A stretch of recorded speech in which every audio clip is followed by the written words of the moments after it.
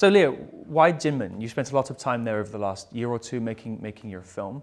Why is Kinmen so important, and why is it so important to you? As a Taiwanese person, I think all of us who grew up in Taiwan were fascinated by Kinmen, but most of us actually know very little about it.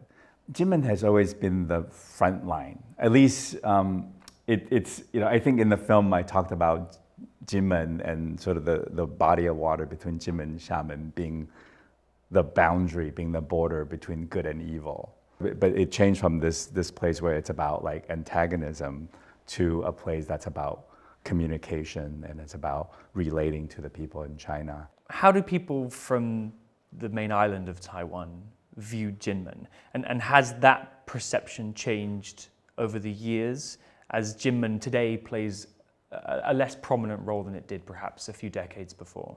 I have in my conversations with folks in the process of making this film, really also learn a lot about the complicated relationship between the Taiwanese main island folks versus the Kinmen folks.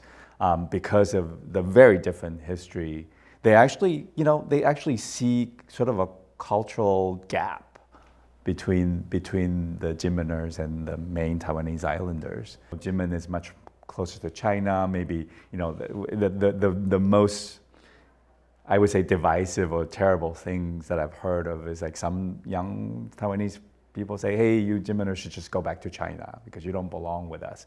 And for the Kinmeners, it's a very, very difficult thing to hear because they already are sort of geographically marginalized. And in the documentary, you mentioned wanting to figure out your own relationship with China and Taiwan.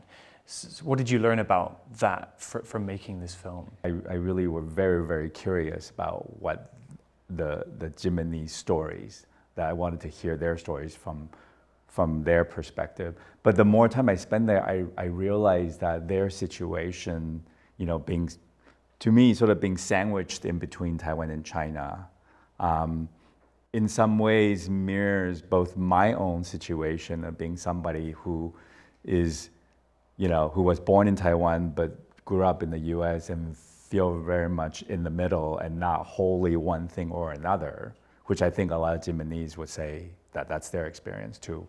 But then also, to me, that's Taiwan, Taiwan being right now sandwiched between China and the US and having very complicated relationship with those both sides.